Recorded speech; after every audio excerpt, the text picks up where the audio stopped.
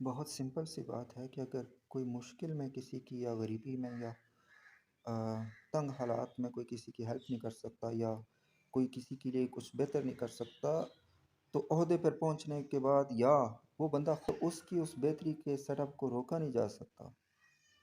اگر مشکل میں کوئی کسی کا ساتھی نہ ہو تو اگر وہ اپنی سہولت کرنا چاہے یا کوئی اس کو سہولت دینا چاہیے چاہے اس کو روکا نہیں جا سکتا ہے۔ تو یہ فنڈامنٹل جو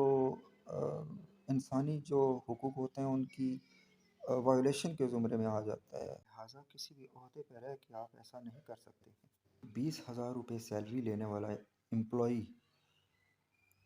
کسی کے دنیا کے بیسٹ ترین انسان کو یا کسی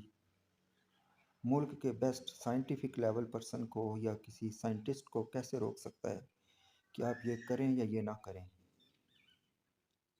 اور ہو بھی وہ بہتری کا کام؟ تو یہ قانوناً خلاف ورزی ہے۔ نہ میسج پہنچایا جا سکتا ہے، نہ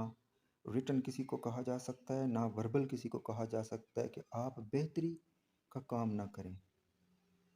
خواہ آپ اس ملک کے سب سے اعلیٰ عہدیدار ہیں یا آپ کسی دیگر کیٹیگری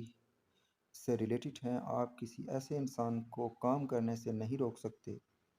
جو انسانوں کی بہتری کے لیے کام کر رہا ہو یا ملکی مفادات کے لیے کام کر رہا ہو یا ورلڈ کے دیگر جو ایشوز ہیں ان سے ڈیل کرنے کی کوشش کر رہا ہو، جیسا کہ گلوبل وارمنگ ہے، جیسا کہ پاورٹی ہے، انفلیشن ہے ورلڈ وائڈ، اور اپنی کنٹری میں بھی ہے یہ معاملہ۔ اور اگر اس کا کوئی پرسنل سول بزنس سے ریلیٹڈ جو ڈیلنگ ہے وہ ہو اور اوتھینٹک ہو، لیگل کام ہے، کوئی ایشو نہیں ہے اس میں،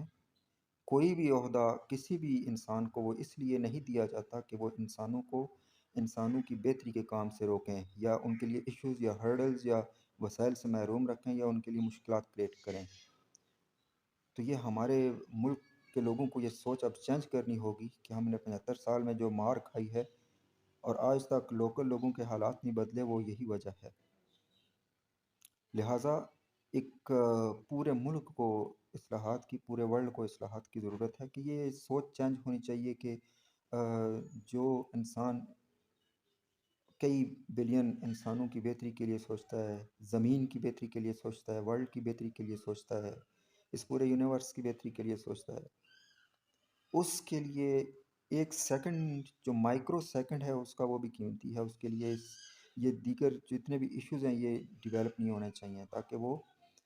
اپنا کام آسانی سے کر سکے۔ میں Muhammad Usman Riaz, inventor, designer and business advisor. Thank you so much.